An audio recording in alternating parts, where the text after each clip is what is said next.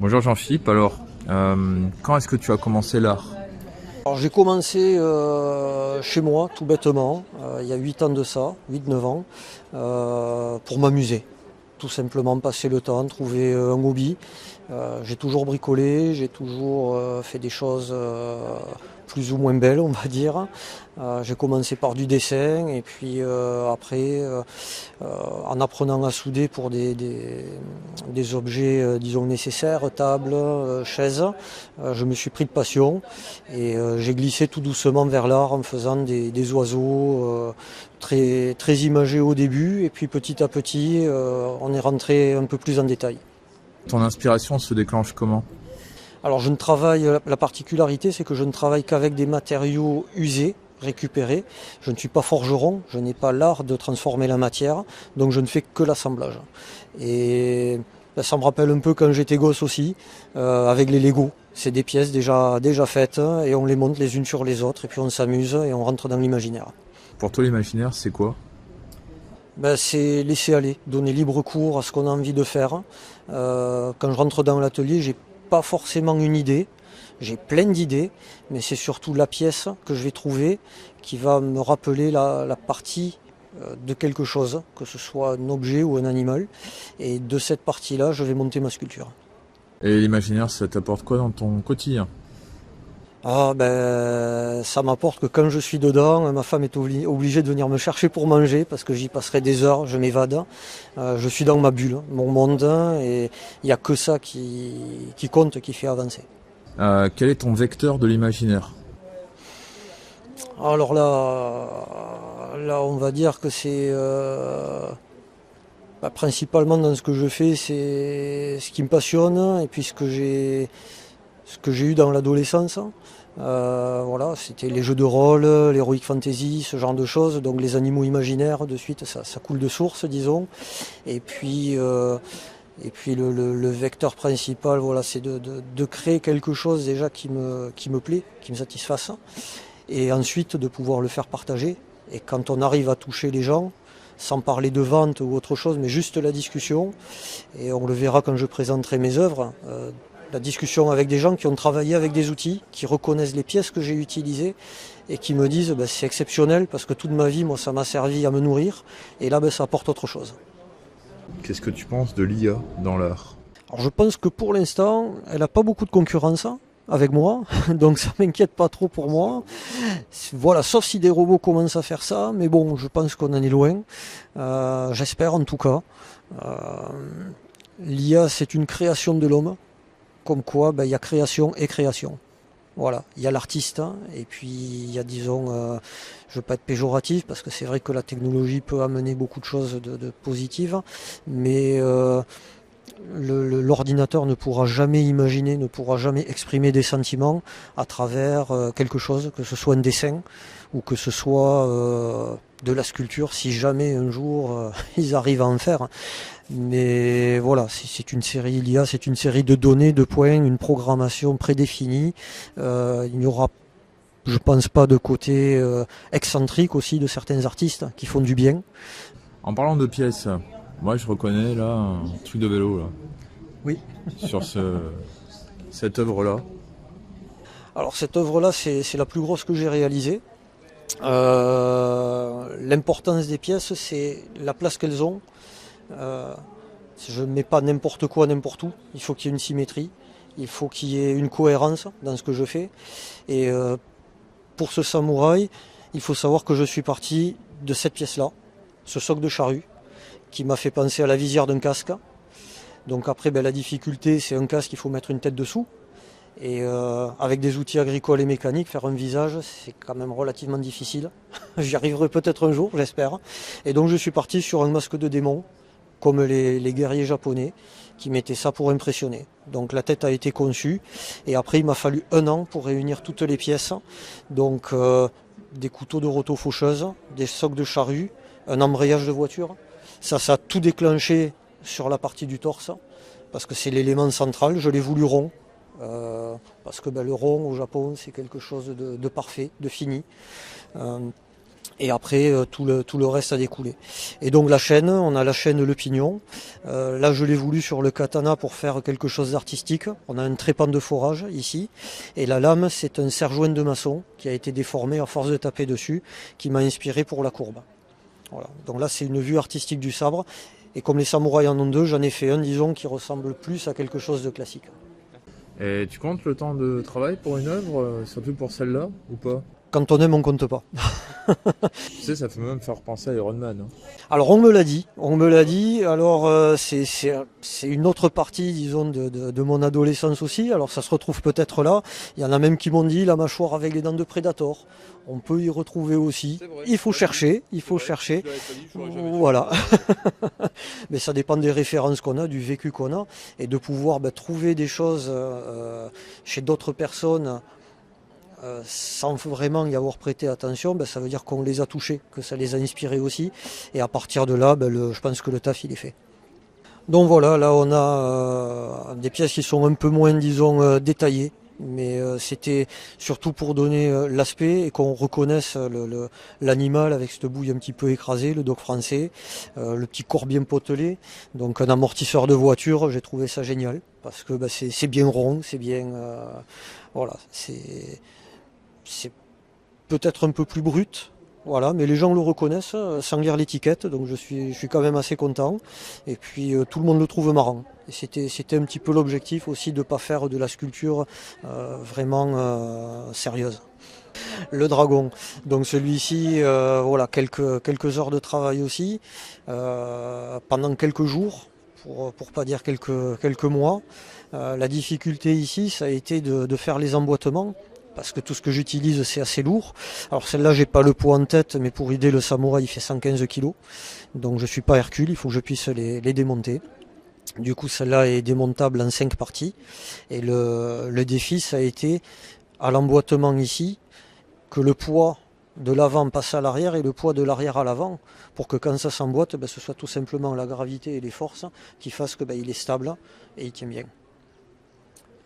Donc toujours pareil, essayer de trouver dans le stock de pièces une cohérence.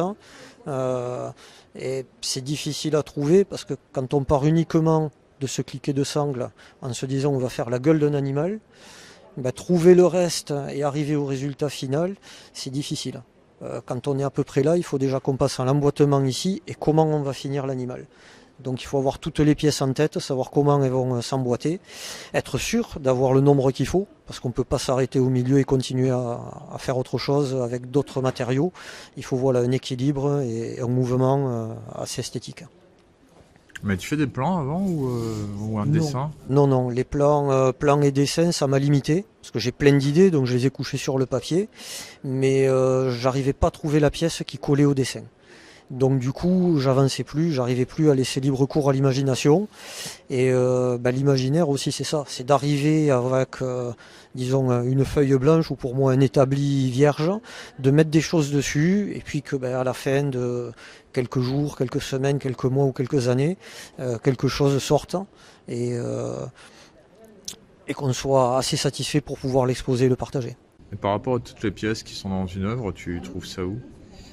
Alors maintenant, il y a des gens qui t'en donnent des fois? Voilà, exactement. Avec les process de recyclage, c'est difficile d'avoir accès à des plateformes qui recyclent le fer. Donc voilà, c'est le bouche à oreille. Des fois des gens qui viennent au salon et qui me proposent de venir chez eux parce que il y a la grange du grand-père ou des vieux outils, ils savent pas quoi en faire. Ça les débarrasse et puis moi je leur donne une deuxième vie. Qu'est-ce que tu penses du salon? C'est la première fois que j'y participe, je suis vraiment pas déçu. J'avais un petit peu peur parce que je connaissais pas, mais je me retrouve quand même au milieu de choses très belles et de qualité. Donc voilà, ça met aussi en valeur le travail des autres. Chaque stand a sa particularité, chaque stand amène un plus. Et du coup, je pense que le public y trouve son compte. Il y en a pour tous les goûts et je reviendrai avec plaisir. Voilà. Là on est sur une œuvre plus simple en réalisation, c'est une chaîne de moto, enfin deux chaînes de moto en fait, une épaisse et une plus fine. Donc là voilà, c'est vraiment dans la simplicité, dans quelque chose d'assez aéré, de fin. pour changer un petit peu avec ce que je fais d'habitude. C'est ton deuxième hippocampe, t'aimes bien les hippocampes? Oui, il y a eu une période. Il y a eu une période, c'était très marin. J'ai fait alors une composition marine avec 2 poissons, des algues, des coraux, des hippocampes. C'était une composition qui mesurait 1,10 m de haut par 50 de large, donc très haute, très fluide. Et j'avais réussi à faire des algues avec des cerclages de tonneaux. Des vieux tonneaux en bois cerclés de fer. Le bois était pourri, j'ai récupéré la ferraille et ça a bien plu puisque je l'ai exposée une seule fois et elle a été vendue de suite. Donc là, ça marche au coup de cœur et c'est aussi important pour l'artiste, plus que quelqu'un qui va acheter pour décorer la maison. C'est l'exception à la règle, c'est-à-dire que je ne forge pas, je ne déforme pas, je ne fais rien, sauf pour celle-ci, parce que c'est un ami qui est fan de chevaux. Il en avait 2 à l'époque, il a malheureusement dû s'en séparer et il faisait la transhumance à la montagne à cheval, il partait avec la tente, vraiment le cow-boy, le passionné, et il m'avait dit si je te donne de la matière, qu'est-ce que tu me fais sur le thème du cheval? Donc je me suis retrouvé avec l'équivalent de 4 brouettes de fer à cheval sur la rampe de garage et débrouille-toi pour rester poli. Donc du coup j'ai cherché un petit moment, puis ça m'a paru comme une évidence, le fer à cheval, donc une tête de cheval tout en fer à cheval. Ça m'a permis d'avoir quelque chose d'aéré, qui est quand même massif, c'est imposant, mais ça reste, c'est pas lourd, ça reste léger. J'ai fait côté pile et côté face, donc une partie sans la crinière et la crinière de l'autre côté. Donc ça permet voilà, de le bouger et de voir deux visages, 2 sculptures différentes, je dirais, au final. Puisqu'après, quand elle est en situation et éclairée, les ombres sur le mur jouent aussi avec le fer et ça prend une autre dimension. Alors c'est un griffon. Griffon, alors voilà, quelque chose de massif, de gardien, bien campé sur les pattes. Pareil, toujours un jeu d'emboîtement pour pouvoir le transporter et le faire tenir. Ça fait partie de l'imaginaire que je décrivais tout à l'heure. C'est cette héroïque fantasy dans laquelle j'ai baigné quand j'étais jeune et puis c'est une satisfaction de faire ce qu'on aime, tout simplement. Donc là sur celle-ci, j'ai utilisé, donc j'utilise tout ce que je trouve. Donc la base de cette sculpture, ça a été la cuillère à soupe. Oui, on voit là. Voilà. Donc là tu vois on peut lui gratouiller le ventre si tu veux. Voilà. Donc c'est quelque chose de très simple mais qui mine de rien a pris du temps parce que la cuillère à soupe ça m'a fait penser bêtement peut-être à un corps d'insecte. Puis après il fallait trouver le reste. Donc le roulement à billes rond, voilà, un petit rappel, peut-être une tarentule ou quelque chose comme ça. Donc ça a pris forme tout doucement. Et puis avec des vis pour avoir un aspect un petit peu rugueux ou un aspect, pas poilu, mais bon voilà, ça donnait un petit peu de relief. J'ai trouvé ça sympa. Et après, bon, la toile c'est simplement du fer à béton là que j'ai travaillé, j'ai recourbé légèrement pour donner cet effet de toile d'araignée. Donc ça fait partie des choses qui sortent comme ça, qui prennent pas excessivement de temps. Alors c'est relatif. Il y a quand même peut-être une journée et demie, 2 jours de préparation avant soudure. Mais voilà, c'est des petites choses sympas que je m'amuse à faire. Pour décompresser aussi, ça fait du bien. Une journée un peu dure, allez on s'y met, on fait quelque chose de simpliste, mais je pense efficace. Inspiration Spider-Man ou pas? Peut-être aussi, oui, toujours on a été élevé là-dedans dans les comics, et Star Wars, compagnie. D'ailleurs peut-être pour la prochaine expo il y aura un R2D2, il est en préparation. Sérieux? On va voir. C'est vrai? Oui. Alors ce sera pas une réplique, ce sera un R2D2. Alors on va dire R2D3 comme ça, voilà. Alors je te tiendrai au courant sans souci. Il faut quand même que je peaufine, que voilà, c'est pas aussi simple qu'on le croit. Donc mais comme on disait, l'hippocampe, ça a été la période où je faisais beaucoup d'animaux marins. J'ai d'ailleurs un requin aussi que j'ai pas encore exposé, qui doit faire dans les 70 cm de long, donc petite pièce, très massive mais en mouvement. Donc j'espère que ça plaira. Et ce qu'il y a d'intéressant, c'est que On retrouve ces pièces-là dans beaucoup de sculptures parce que j'arrive à m'en procurer facilement. Mais suivant comment on les dispose, suivant comment on les met, eh ben, c'est pas la même chose, hein. C'est complètement différent. On arrive à avoir toujours pareil, quelque chose d'aéré, de fin. Et sur le samouraï, on va retrouver ces mêmes pièces pour quelque chose de plus brut, de plus lourd. Donc ça m'intéresse aussi de jouer comme ça avec ces pièces et de les disposer de manière différente pour donner un autre sens à ce que je fais. Donc voilà, toujours l'inspiration qui part d'une pièce pour arriver à la sculpture. Là, en l'occurrence, c'était la lame de taille-haie. Je l'avais dans les mains, je ne savais pas quoi en faire, et puis ça m'a fait penser à un manche de guitare. Donc de là, c'est parti, hein. On a commencé à prendre un petit peu dans le stock, voir ce qu'il y avait. Et celle-là, au début, j'étais pas content du résultat parce que le corps était trop massif. Et quelques semaines plus tard, je suis tombé sur un mécano qui démontait un pont élévateur. Et il avait jeté cette chaîne de pont élévateur dehors. Je l'ai récupéré. Et voilà, je me suis dit que ça ferait quelque chose de sympa. Donc j'ai fait modèle guitare rock. Et j'ai voulu garder cet aspect, cette rondeur. Donc j'ai utilisé un plateau de moto, différents engrenages. Et j'avais des difficultés pour les micros jusqu'à ce que je tombe sur 2 plaquettes de frein. Et je me suis dit que ça faisait le job, que ça ressortait bien. Et du coup, voilà, c'est des petites créations sympas qui libèrent. Et ça plaît aux musiciens. L'avantage de la chaîne, c'est que effectivement, je peux donner beaucoup de formes, donc beaucoup de modèles de guitare pour les passionnés. Tu exposes quelque part ou c'est que dans les salons de création? Alors je fais des expos sur des salons de création, effectivement, des petits marchés d'art aussi. Ça me permet d'avoir des pièces un peu plus simplistes, un peu plus petites, et de pouvoir être également à la portée de tout le monde.